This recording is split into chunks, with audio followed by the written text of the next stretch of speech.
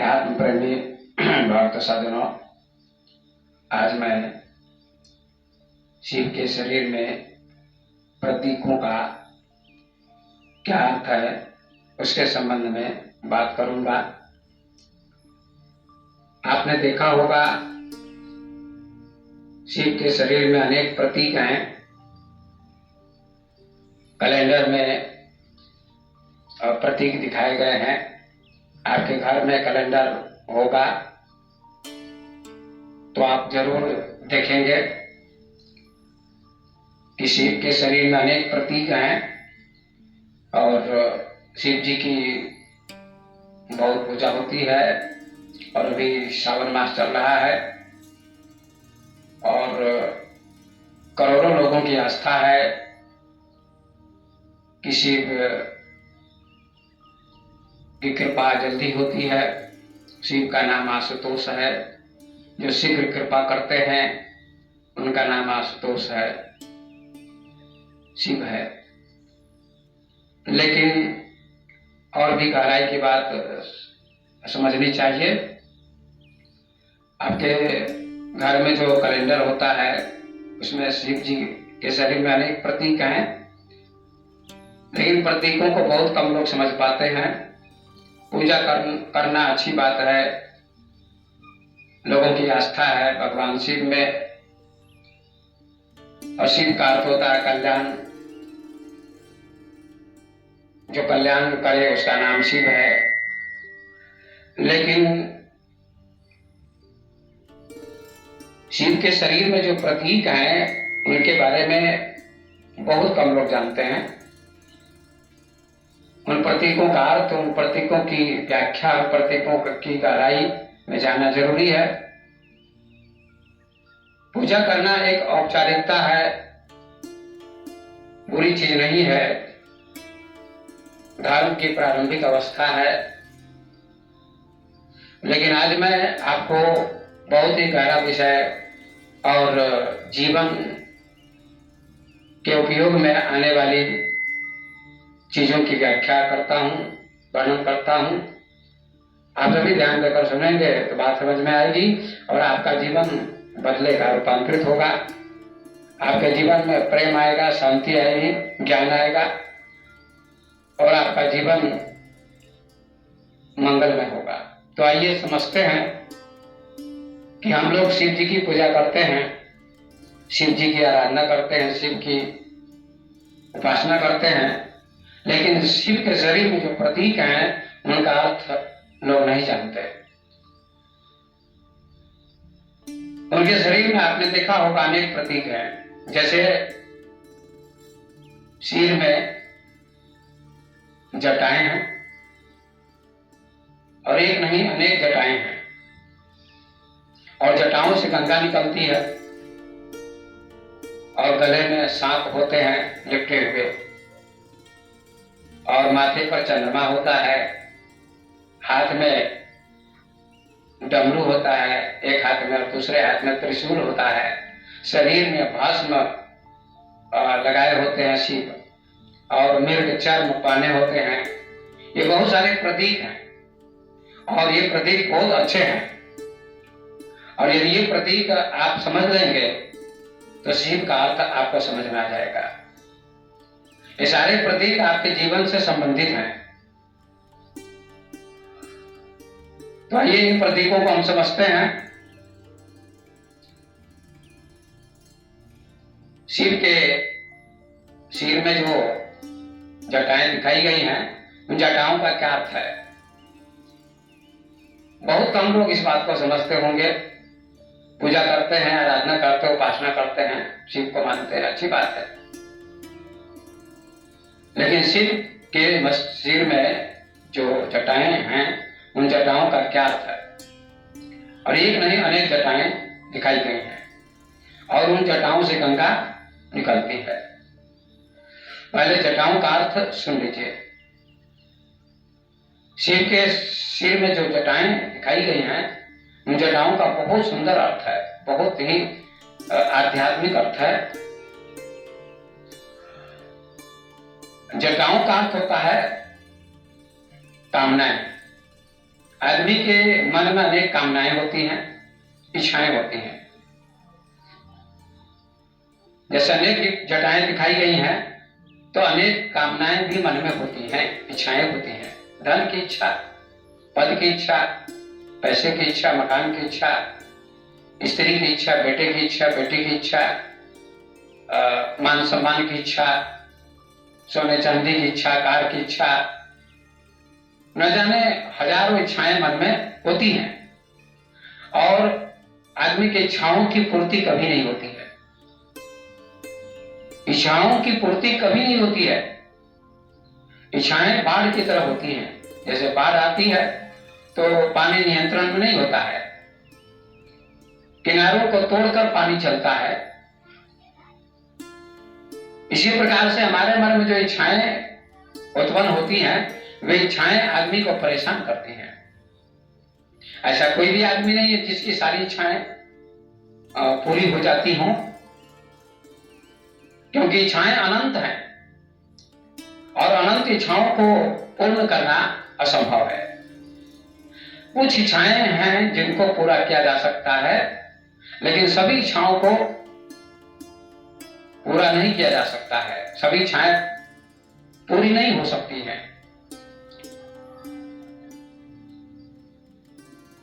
तो इन इच्छाओं को हम क्या करें?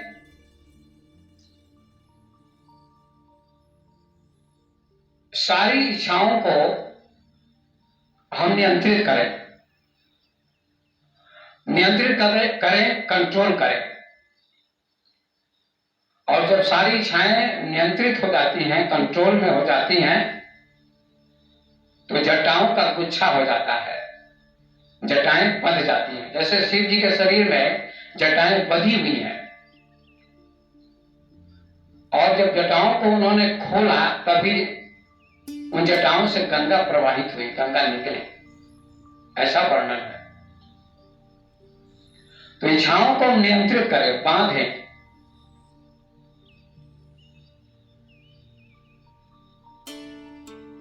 और बांधने के बाद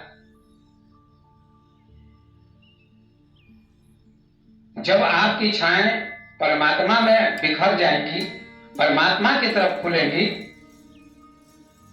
ईश्वर की ओर खुलेंगी,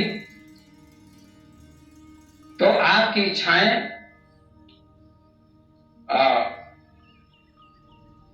बंध जाएंगी और अंतर्मुख हो जाएंगे। इच्छाएं बाहर की ओर जा रही हैं, पदार्थ की ओर जा रही हैं, धन की ओर, पद की ओर, मकान की ओर, वैभव की ओर, जमीन की ओर, पैसों की ओर। मनुष्य की सारी इच्छाएं बाहर भागती हैं, बाहर के पदार्थों की ओर भागती हैं। उन इच्छाओं को अंदर की ओर लाने की जरूरत है। शिव जी के सिर में जो जटाएं हैं, उन जटाओं का यही अर्थ है, प्रतीक है वे जटाएं, कि अपनी इच्छाओं को अंदर की ओर अंतर्मुख करो, आत्मा की ओर, परमात्मा की ओर, भगवान की ओर। तो आपकी इच्छाएं बंध जाएंगी, इच्छाएं परेशान आपको नहीं करेंगी, और परमात्मा की ओर वे इच्छाएं फैलेंगी, संसार की ओर नहीं।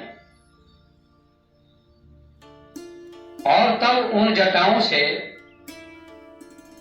क्या होगा? गंगा निकलेगी। इच्छाएं हैं, जटाएं हैं।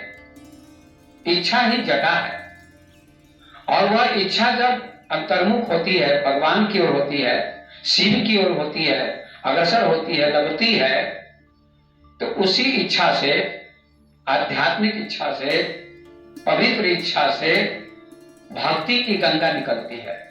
उन जटाओं से गंगा निकलती है, ऐसा दिखाया गया है।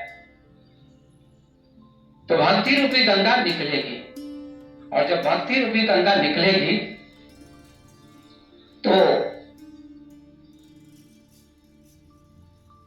अनेक लोगों का कल्याण होगा। जैसे जब गंगा निकली जटाओं से, तो भगीरथ ने तपस्या की थी गंगा को धरती पर लाने के लिए, तो शिव जी की जटाओं में गंगा आई और फिर धरती पर अवतरित हुई। कहते हैं उस गंगा में सगर के जो 60,000 पुत्र जल चुके थे उनका उद्धार हो गया गंगा के आगमन से। इसका अर्थ है कि कोई व्यक्ति बहुत साधना करता है, तपस्या करता है, भजन करता है, भक्ति करता है, तो भक्ति रूपी गंगा जब निकलती है तो भक्ति रूपी गंगा में अनेक लोगों का कल्याण होता है, अनेक लोगों का जीवन पवित्र हो जाता है, अनेक लोग तर जाते हैं। जैसे ध्रुव ने भक्ति की, प्रहलाद ने भक्ति की, मीरा ने भक्ति की, शबरी ने भक्ति की, सहजो ने भक्ति की, कबीर ने भक्ति की, तुलसी ने भक्ति की, अनेक लोगों ने भक्ति की, अनेक संतों ने भक्ति की और उनकी भक्ति के मार्ग पर जो लोग उस समय चले उनका भी कल्याण हुआ, अनेक लोगों का, हजारों लोगों का कल्याण हुआ। और आज भी जो उनके मार्ग पर चलेंगे उनका कल्याण होगा। अर्थात भक्ति रूपी गंगा में जो डुबकी लगाएंगे उनका कल्याण होगा। जैसे भगीरथ ने तपस्या की और गंगा को धरती पर लाया, अवतरित किया और उस गंगा में सगर के 60,000 पुत्र जो जल चुके थे कपिल ऋषि के श्राप से, तो उनका उद्धार हो गया। ये प्रतीक है। इसी प्रकार से जब व्यक्ति के जीवन में भक्ति रूपी गंगा अवतरित होती है, गंगा आती है, तो उस भक्ति रूपी गंगा में जब लोग स्नान करते हैं तो हजारों लोगों का कल्याण होता है, हजारों लोगों का उद्धार होता है। यही इसका अर्थ है।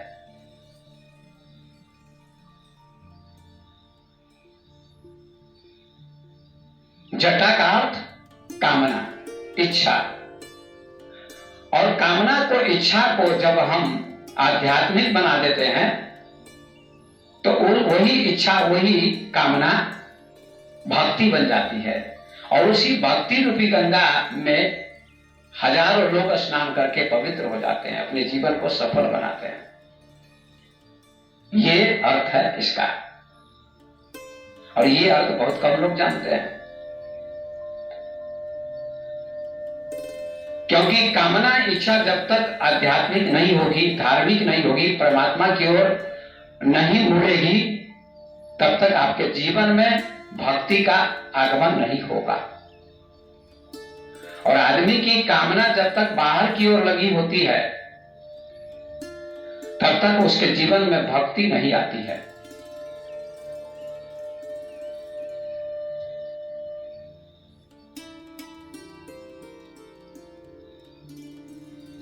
इसलिए अपनी कामना को भक्ति बनाने की कोशिश करें तो आपकी कामना पवित्र हो जाएगी, भक्ति बन जाएगी और आपका जीवन सफल होगा और अनेक लोगों का जीवन सफल होगा, पवित्र होगा।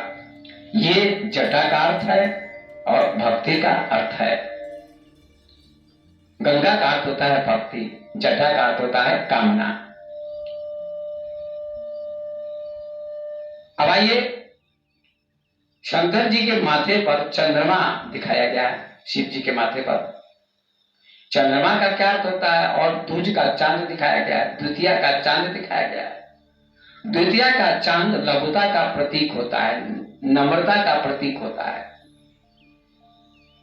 और जो छोटा बनता है, लघु बनता है, नम्र बनता है, जिसमें लघुता होती है, नम्रता होती है, सरलता होती है, भगवान शिव कहना चाहते हो उसको मैं अपने सिर पर बैठा लेता हूं, सिर पर धारण करता हूं।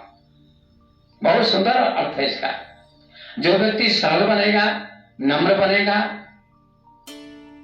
बालक की तरह, द्वितीया के चंद्रमा की तरह, उसको शिव जी कहते हैं मैं माथे पर बिठाता हूं, माथे पर धारण करता हूं। तो चंद्रमा की तरह व्यक्ति को सरल बनना चाहिए, लघु बनना चाहिए। और दूसरा इसका अर्थ है कि चंद्रमा शीतल होता है। चंद्रमा शीतल होता है, शीतलता होती है। सूर्य के प्रकाश में उष्णता होती है, गर्मी होती है, ताप होता है, लेकिन चंद्रमा की चांदनी में शीतलता होती है। तो दूज का चांद छोटा होता है, कोई पूर्णिमा के चांद को प्रणाम नहीं करता है, लेकिन द्वितीया के चंद्रमा को बहुत लोग प्रणाम करते हैं। जो द्वितीया का चंद्रमा शीश नाभे सबको है, दूज के चांद को, द्वितीया के चंद्रमा को सभी लोग प्रणाम करते हैं, क्योंकि दूज का चांद, द्वितीया का चांद लघु होता है, छोटा होता है, और जिसमें लघुता होती है, सरलता होती है, उसको भगवान अपने माथे पर धारण करते हैं। ऐसी क्षमता, ऐसी सरलता आप में होनी चाहिए। जैसे छोटा बच्चा सरल होता है तो उसको माँ बाप गोद में रख लेते हैं, और जो बड़ा बेटा होता है 20 वर्ष का, उसको गोद में नहीं रखते हैं, क्योंकि उसमें अहंकार आ जाता है, घमंड आ जाता है। इसलिए बड़े बेटे को कोई भी माँ बाप गोद में नहीं धारण करते, नहीं रखते हैं, लेकिन छोटे बच्चे को गोद में ले लेते हैं, या सिर पर भी कभी कभी उठा लेते हैं। तो भगवान शिव यहाँ कहना चाहते हैं कि तुम लघु बनो, नम्र बनो, सरल बनो, तो तुम्हें मैं सिर पर धारण करूंगा।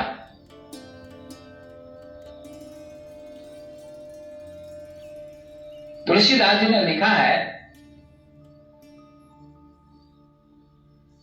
कि जो बालक का तो तरी बाता, सुनहि मुदित मन पित अरु माता। छोटे छोटे बच्चे बोलना भी नहीं जानते, तोतली भाषा में बोलते हैं। रेलगाड़ी को रेलगाड़ी बोलते हैं, और रोटी को लोटी बोलते हैं, फिर भी उनकी तोतली बोली माँ बाप को अच्छी लगती है। लेकिन वही बड़ा बेटा कहे रोटी को लोटी, तो माँ बाप नाराज हो जाएंगे, उसकी बात अच्छी नहीं लगेगी। इसी प्रकार से छोटे बच्चे की भांति, जैसे छोटे बच्चे, कोई बच्चे तुतलाते हैं, तोतली भाषा में बोलते हैं, तो माँ बाप को उसकी बात अच्छी लगती है, बच्चों की बात अच्छी लगती है। इसी प्रकार से आप बच्चों की तरह हो जाएंगे, सरल निष्कपट, तो भगवान आपको माथे पर धारण करेंगे। यही इसका अर्थ है। दूसरा अर्थ है कि चंद्रमा शीतल होता है, ठंडा होता है, उसमें शीतलता होती है, गर्मी नहीं होती है, ताप नहीं होता है, उष्णता नहीं होती है, तो आपका मन भी शीतल होना चाहिए। भगवान शिव ये कहना चाहते हैं सारी दुनिया को, सारे भक्तों को, बहुत सुंदर प्रतीक चुना गया है। भगवान शिव दुनिया को संदेश देना चाहते हैं कि तुम भी शीतल बनो चंद्रमा की भांति, तो तुमको मैं सिर पर, माथे पर धारण कर लूंगा।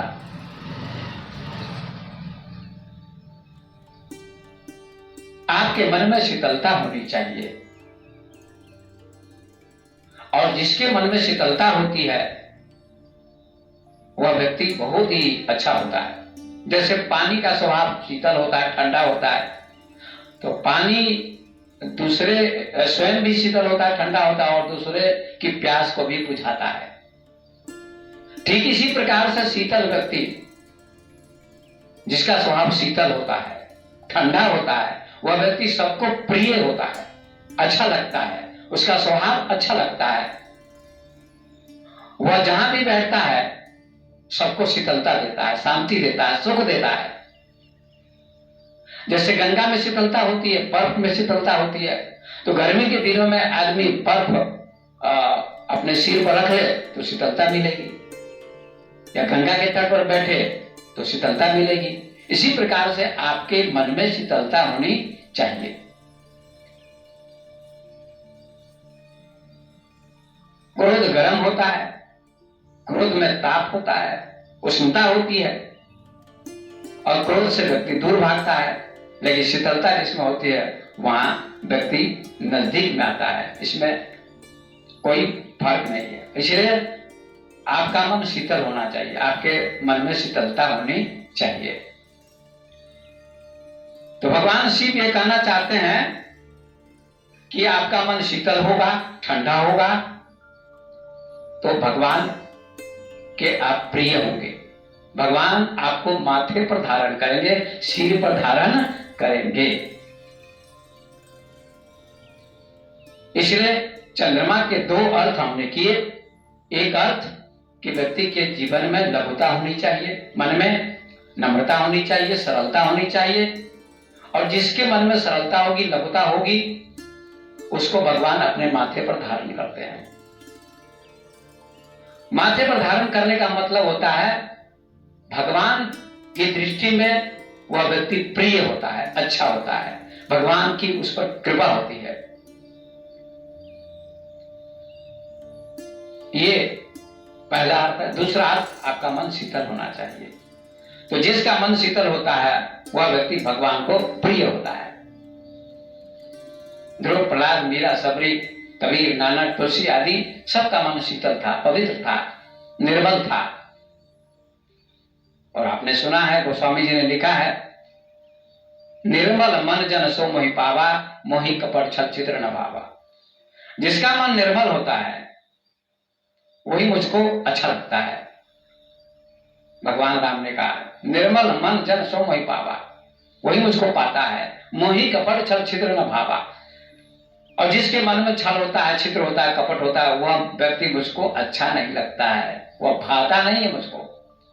बहुत सुंदर कहा है।